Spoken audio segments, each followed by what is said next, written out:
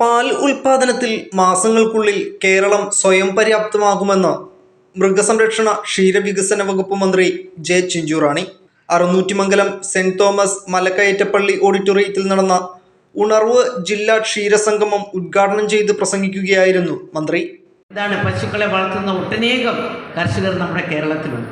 നമ്മുടെ ഈ കോട്ടയത്ത് തന്നെയുണ്ട് 400 പശുക്കളും 300 പശുക്കളും 200 പശുക്കളെയും ഒക്കെ വളർത്തിയെടുത്ത് നല്ലതുപോലെ പണമുണ്ടാക്കുന്ന ഒട്ടേറെ ആൾക്കാർ നമ്മുടെ ഈ രംഗത്തുണ്ട് എന്നുള്ളതാണ്. അപ്പോൾ അവർക്കൊക്കെ നല്ലതുപോലെ നമുക്കറിയാം പുല്ല് വളർത്തുവാൻ സാധിക്കും. പുറത്തു നിന്ന് നമ്മുടെ മറ്റ് ഇതര പുല്ലുകൾ കൊണ്ടുവരുവാനുള്ള സംവിധാനങ്ങൾ, സൈലേജ് ഉൾപ്പെടെ കൊടുക്കുവാനുള്ള സംവിധാനങ്ങൾ, മറ്റിതര ഭക്ഷണങ്ങൾ ഉൾപ്പെടെ കൊടുത്തുകൊണ്ടാണ് അവരെല്ലാം നമ്മുടെ സമൂഹത്തിൽ നിൽക്കുന്നത്. എന്നാൽ ക്ഷീരകർഷകർ നമുക്കറിയാം 1-2 പശുക്കളെ വളർത്തുന്ന ക്ഷീരകർഷകരാണ് ഒരുപാട് ബുദ്ധിമുട്ടുന്നത്. അത് ചിലപ്പോൾ ഒരുപക്ഷെ അവർക്ക് സ്ഥല സൗകര്യം കാണില്ല, പുല്ല് വളർത്തുവാനുള്ള സൗകര്യങ്ങൾ അവരെ കൊണ്ട് സാധിക്കുന്നില്ല എന്നുള്ളതാണ്.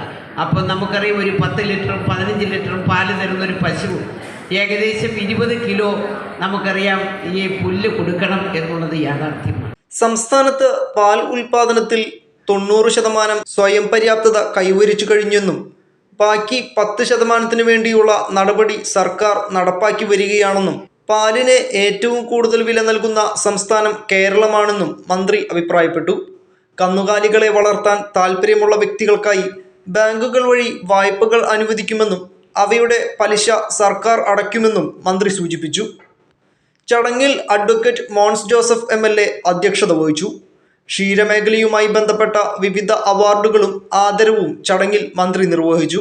Block panchayat president PV Sunil, Vazhoor block panchayat president Mukesh M Mani, ജില്ലാ പഞ്ചായത്ത് അംഗങ്ങളായ Jose Puthenkala, PM Mathew, Ernakulam regional cooperative milk producers union chairman MT Jayan, ജില്ലാ ക്ഷീരവികസന deputy director CR Sarada, assistant director Viji Viswanath തുടങ്ങിയവർ പ്രസംഗിച്ചു. Enlight news, Vaikom.